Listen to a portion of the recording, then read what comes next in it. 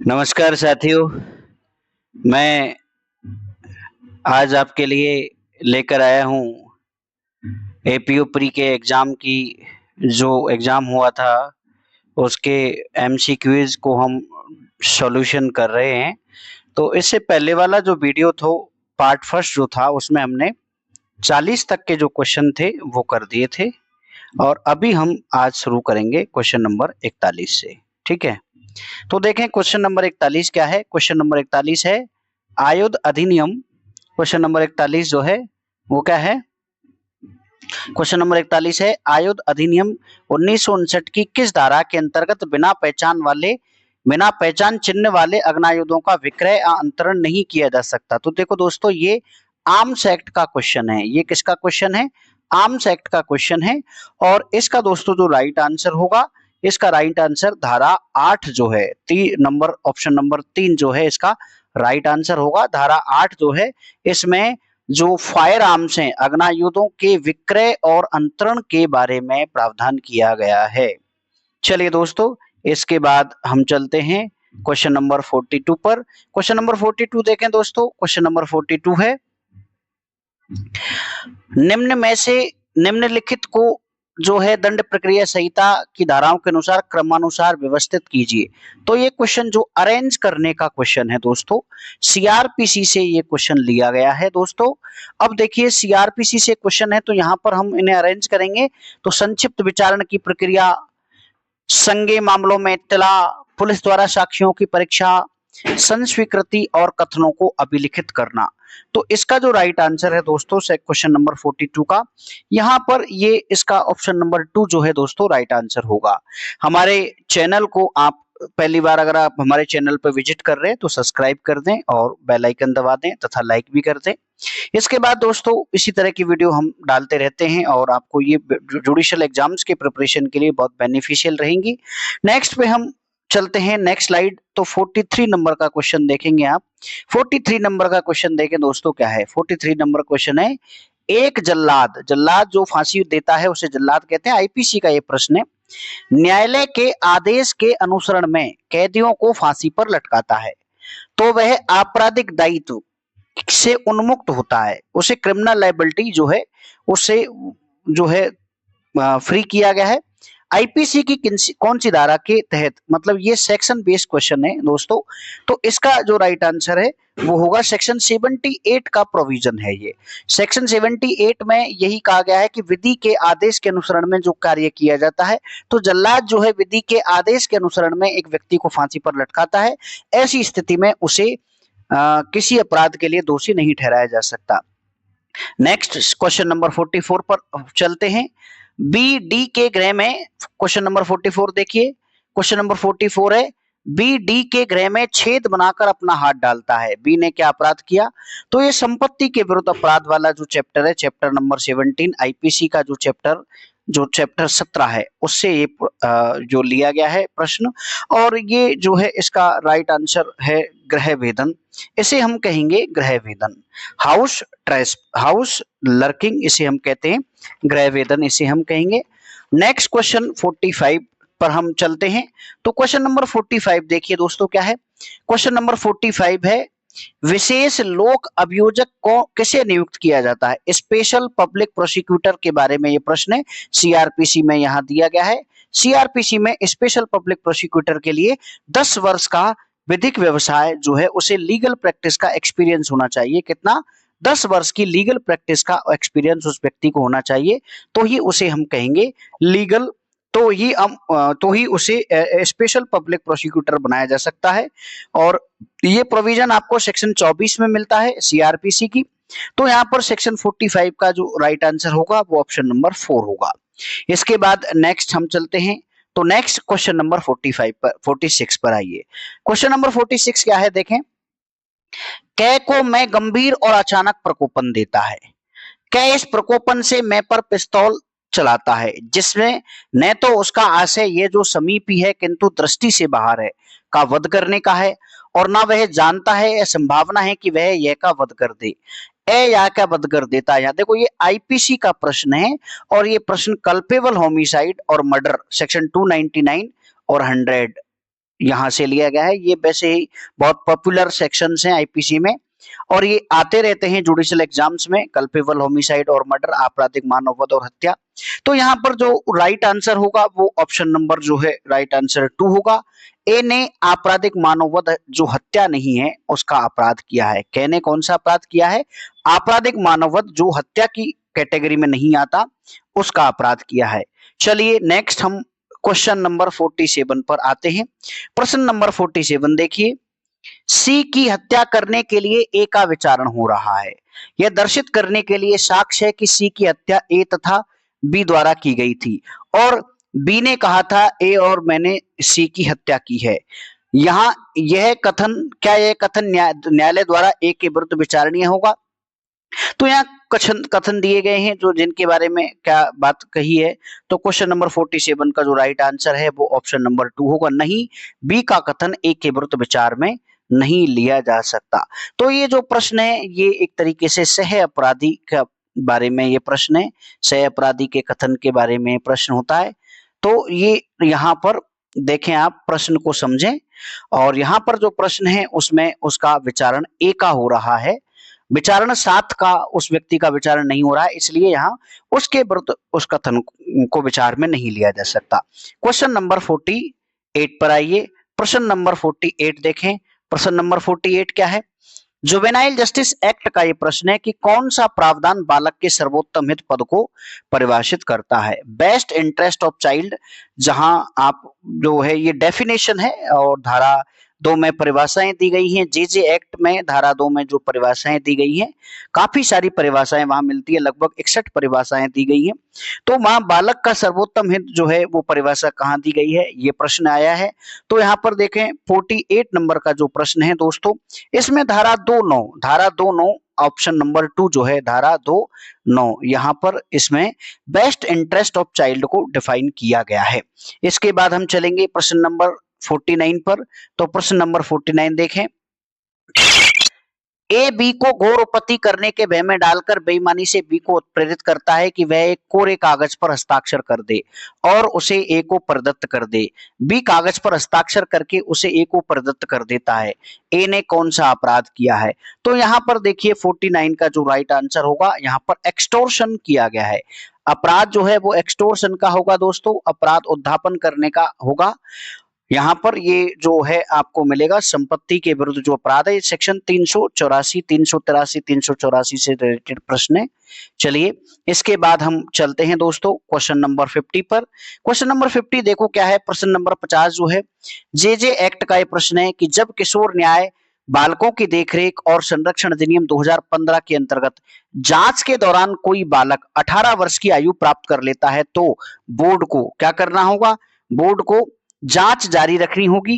Board जांच जारी रखेगा और जारी रखकर व्यक्ति को अभी बालक मानते हुए आदेश पारित करेगा। ये आंसर राइट नंबर जो है 4 होगा इसका राइट आंसर।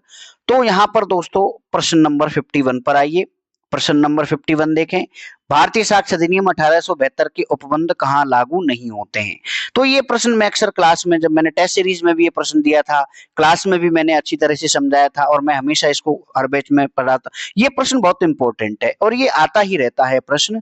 तो यहाँ पर दोस्तों किस पर इंडियन एविडेंस एक्ट के उपबंध लागू नहीं होते? देखो, सेना न्यायालय, आर्मी एक्ट के अधीन संयोजित न्यायालय, किसी न्यायालय में समस्त न्यायिक कार्रवाइयों को, किसी न्यायालय के समक्ष समस्त न्यायिक कार्रवाई को। तो दोस्तों इसका जो राइट आंसर होगा वो है आर्मी एक्ट के अधीन संयोजित सेना न्यायालय जो है इसको लागू नहीं होते हैं।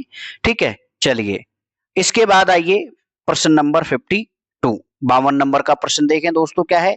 सीआरपीसी का प्रश्न है। सीआरपीसी की धारा 258 के अंतर्गत एक मजिस्ट्रेट द्वारा कार्रवाई रोकी जा सकती है एक समन मामले में जो परिवाद पर संस्थित हो, एक समन मामले में जो परिवाद से अन्यथा संस्थित हो, एक वारंट मामले में जो परिवाद पर संस्थित हो, एक और दो दोनों। तो यहाँ पर ऑप्शन प्रश्न नंबर जो 52 है इसका जो सही आंसर होगा वो होगा एक समन मामले में जो परिवाद से अन्यथा संस्थित हो। यहाँ मजिस्ट्रेट ऐसे मामले में कार्रवाई को रोक सकता है। प्रश्न नंबर 53 पर चलेंगे। क्वेश्चन नंबर 53 सीआरपीसी का ही प्रश्न है। अब देखो सीआरपीसी का ये प्रश्न क्या है। सीआरपीसी की किस धारा में अभियुक्त को उच्चतर अपील न्यायालय के समक्ष उपसज्जात होने की अपेक्षा के लिए जमानत का प्रावधान किया गया है। तो यहाँ इसका राइट आंसर होगा 437 ए। इसका 1 नंबर का जो ऑप्शन है वो राइट आंसर होगा दोस्तों। इसके बाद हम चलेंगे प्रश्न नंबर 54 पर।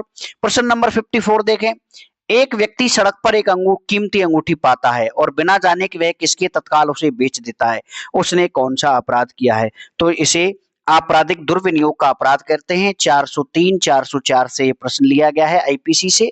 चलिए नेक्स्ट 55 पर आएंगे। 55 नंबर का प्रश्न क्या है? सीआरपीसी के अध्याय, देखो प्रश्न नंबर 55 क्या है? सीआरपीसी के अध्याय 8, 10 और 11 से संबंधित उपबंधों से भिन्न उपबंध लागू नहीं होंगे। कहां लागू नहीं होंगे? तो 55 नंबर का जो प्रश्न है इसका राइट आंसर होगा ऑप्शन नंबर 2।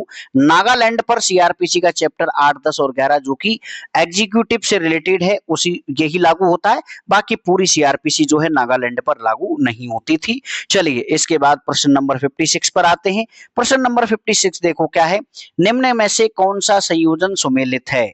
तो यहाँ पर मैच करने का ये जो प्रश्न है, तो इसका जो राइट आंसर है वो ऑप्शन नंबर 2 होगा। ये इसका राइट आंसर होगा। आर्म्स एक्ट का प्रश्न है ये, आर्म्स एक्ट से ये प्रश्न लिया गया है। ठीक है, चलिए नेक्स्ट हम चलते हैं प्रश्न नंबर 57 पर। प्रश्न नंबर 57 देखें, यदि एक ऐसी प्रथम सूचना रिपोर्ट दर्ज की गई है जिसमें एक अपराध संज्ञेय है तथा दूसरा असंज्ञेय, मतलब एक अपराध तो कॉग्निजेबल ऑफेंस है और दूसरा अपराध नॉन कॉग्निजेबल ऑफेंस है, तब निम्न में से कौन सा सही है? तो यहाँ इसका जो राइट आंसर होगा वो देखें दोस्तों क्या है? यहाँ पर इसका राइट आंसर है कि मामला ऐसा संपूर्ण मामला जो है संज्ञेय मामला समझा जाएगा और इससे कोई फर्क नहीं पड़ता कि दूसरा अपराध संज्ञेय है, ऐसा परिभाषा में ही ये बताया गया है, तो उस पूरे मामले को संज्ञेय मामला समझा जाएगा। इसके बाद आइए प्रश्न नंबर 58। एक उद्वेशित व्यक्ति जिसकी संपत्ति कुर्की गई उपस्थिति व संपत्ति या विक्रय के शुद्ध आगमों का दावा कर सकता है। प्रश्न नंबर जो 58 है इसका जो राइट आंसर है कुर्की की तारीख से 2 साल के अंतर्गत कर सकता है। ठीक है, ये आपको सीआरपीसी में प्रोविजन मिलेंगे, वो 83 से लेकर और 90 के बीच के ये प्रोविजन है जहां पर इसका आंसर आपको मिलेगा। चलिए दोस्तों इसके बाद हम क्वेश्चन नंबर 59 पर चलते हैं। प्रश्न नंबर 59 देखें क्या है?